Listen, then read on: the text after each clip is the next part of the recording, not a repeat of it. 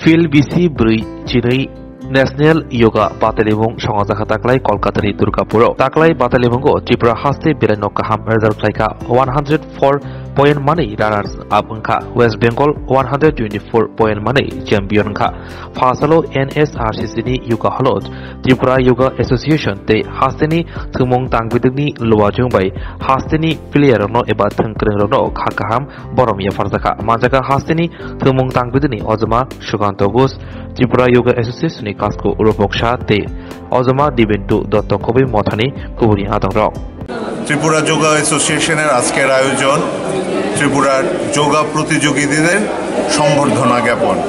এটা সত্যিকার অর্থে একটা গর্বের অনুষ্ঠান, সত্যিকার অর্থের একটি আনন্দের অনুষ্ঠান।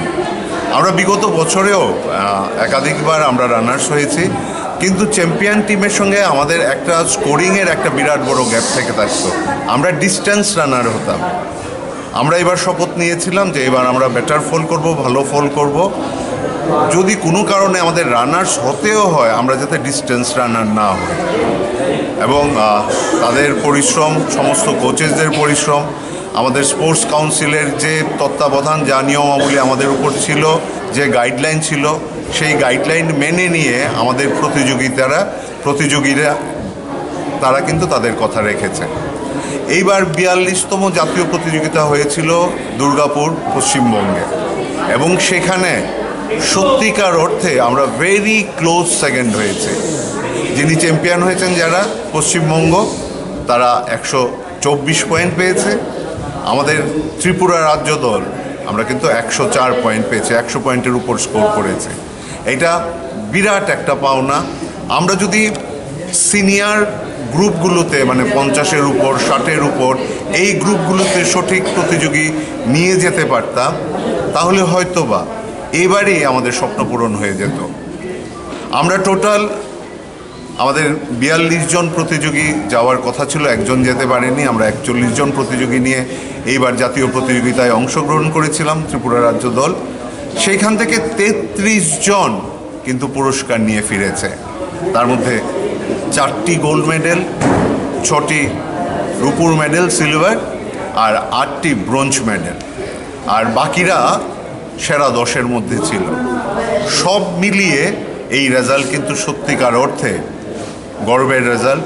যোগাসনকে যেইভাবে আমাদের কেন্দ্রীয় সরকার বা আমাদের রাজ্য সরকার একটা প্রাধান্য দিয়ে চলেছেন, গুরুত্ব দিয়ে চলেছেন, ত্রিপুরা যোগা অ্যাসোসিয়েশন সেটাকে মাথায় রেখে যোগাকে কিন্তু সেই ইম্পর্টেন্সটা, সেই গুরুত্বটা দেওয়ার চেষ্টা করেছে, এবং প্রতিযোগীরা সেটাকে সম্মান জানিয়েছেন ভালো ফল করে।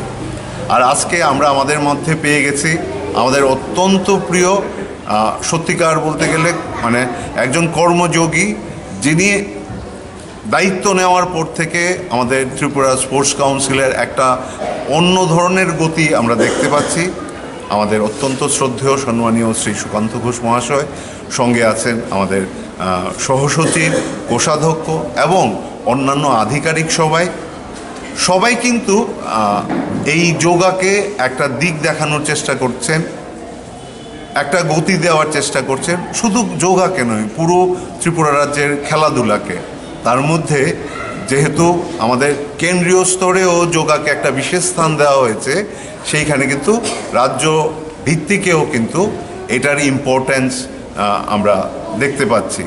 বিগত দিন এই খেলোয়াড় পাঠানোর পেছনে যে আর্থিক সাহায্য আমাদের স্পোর্টস কাউন্সিল করেছেন, এইবারও যখন আমরা গেছি উনি শুনে বলেছেন সেটা তো পাবেনই, বরঞ্চ আরও কীভাবে আরও বেশি সাহায্য করা যায় সেটা আমরা দেখব। এবং উনি আমাদের আমন্ত্রণ জানিয়েছেন ওনাদের সাথে কথা বলার জন্য। এর থেকে আর উপযুক্ত কি হতে পারে।